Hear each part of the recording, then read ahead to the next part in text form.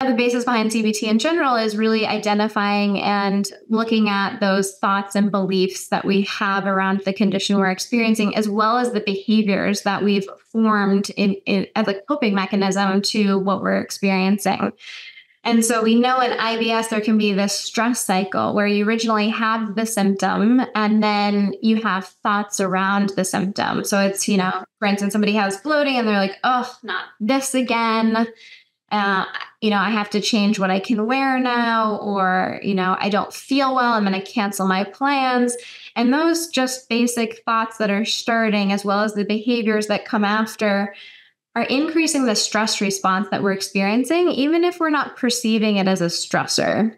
Yeah. That stress response then increases something called hypervigilance, which is the scanning of our entire body for what other symptoms do I have? I know I have bloating, but am I tired now? Or, I feel tingling, or I feel chest pain. And it also is going to increase something called visceral hypersensitivity, where the sensation in the gut is amplified because you basically set off a fire alarm when there's no fire. Mm-hmm. And your body is saying, oh yeah, this really hurts now. And you're paying more attention to the pain. And the more attention you actually focus on the pain gets worse because your body thinks that something is really wrong and it's going into a survival mechanism. And so you can see how this becomes just like a cyclone of like worsening symptoms. And now I'm stressing even more. And it's like, oh, how long is this going to go on for? Now I'm going to restrict my food. I'm going to take out all these things that I think are making it worse. And now I'm under eating, which actually makes the symptoms worse in IBS. And you go and you keep going. And so with GI-CBT, you're really starting to identify what are those original thoughts that I'm having? How can we shift those? How can we get out of the catastrophizing thoughts? How can we replace it with a better coping thought to stop that cycle from happening so you can exit a little bit more gracefully?